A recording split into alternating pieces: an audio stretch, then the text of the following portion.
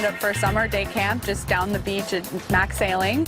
I was 5 years old. I didn't want to go at first. My mom said I was going to sailing day camp.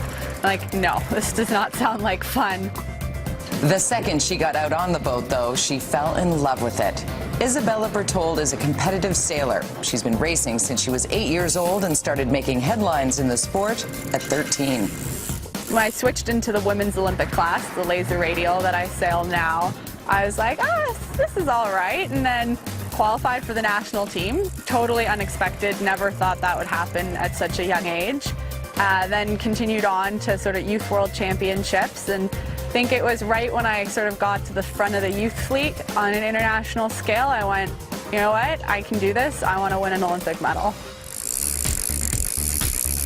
Isabella was on her way to doing that in 2012. The 23-year-old was leading in the Olympic trials when the boom on her laser radial smacked into her head. The result was a concussion.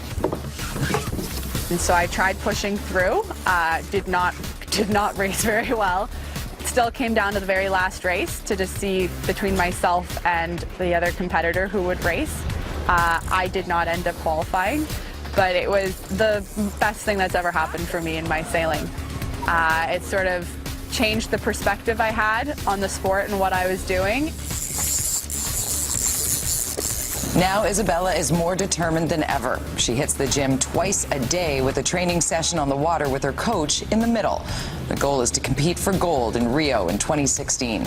If it's getting on the edge of flow, Okay. then throw in the heel. If in doubt, heel. Okay. It's not about making the Olympic Games. It's about being a medal contender going into it, being competitive. That's what her goals are, and that's what her goals should be as well. With a third-place finish in Miami and several more top 10 results in big races from around the world, Isabella's confidence is at a high right now. Her Olympic dream starts at the World Championships in Spain this September.